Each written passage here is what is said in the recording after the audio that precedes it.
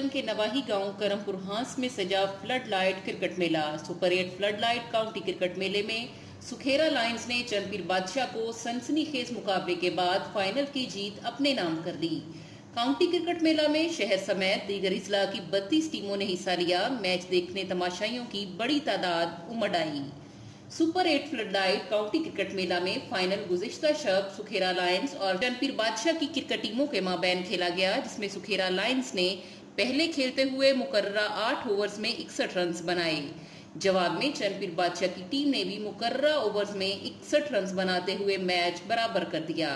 आखिर में super over हुआ, जिसमें चंदपीर बादशाह की टीम ने 7 रन का टारगेट दिया, जो सुखेरा लायंस ने सुपर ओवर की आखिरी गेंद पर हदफ हासिल करके मैच फाइनल अपने नाम कर लिया।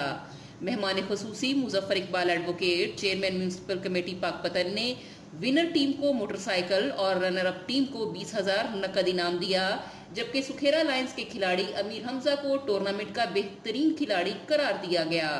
तमाशाइयों का कहना था कि ऐसे टूर्नामेंट सरकारी सतह पर भी करवाए जाएं, ताकि नौजवान अपनी सलाहियत का लोहा मनवाते हुए पाकिस्तान का नाम रोशन कर सकें।